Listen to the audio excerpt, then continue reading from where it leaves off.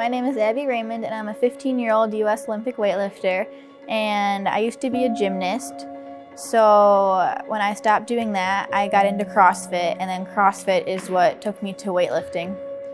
I really wanted to pursue weightlifting at an elite level because I just loved everything about it, and I had that gut feeling that it was what I was supposed to be doing. When I started competing at the elite level, supplements were a part of my nutrition plan. I took a protein powder and a pre-workout.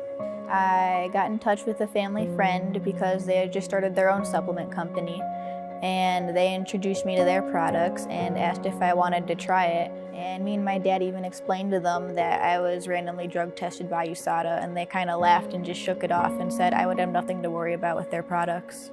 At the time, I knew that there was always a risk with using supplements, but because I was guaranteed that I wouldn't have a problem with their products, I thought it would be okay to use.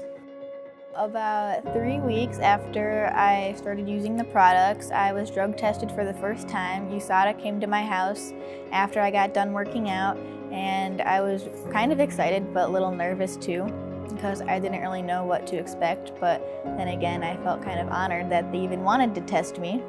And then I just went on training for a couple weeks after, because I was training for the American Open, and I ended up going there and I had a really good meet.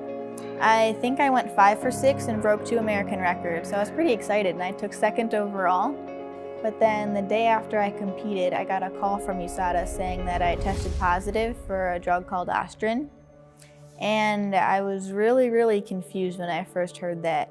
And I didn't really know what I should have been feeling. And my family was really confused too. It was just a whole bunch of chaos, I guess. I don't know, because we didn't know where we should go from here. And I remember I just cried that whole night because I couldn't believe that this had happened, and I didn't know how it had happened, and I just kept asking the questions over and over again, like how and why. And then we got the products I was taking tested, and when they came back positive, it was really difficult to hear that. We called the owners right away. Even the owners, they didn't know it was where it was being made, where it happened.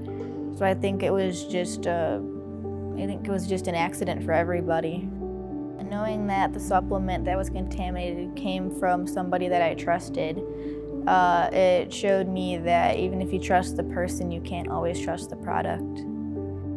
I started to accept the situation more, and I made peace with it almost. It happened, and I'm a strong believer that things happen for a reason. And I didn't know the reason at the time. I think this is the reason now, so I can help other people and help them not to make the same mistake I did.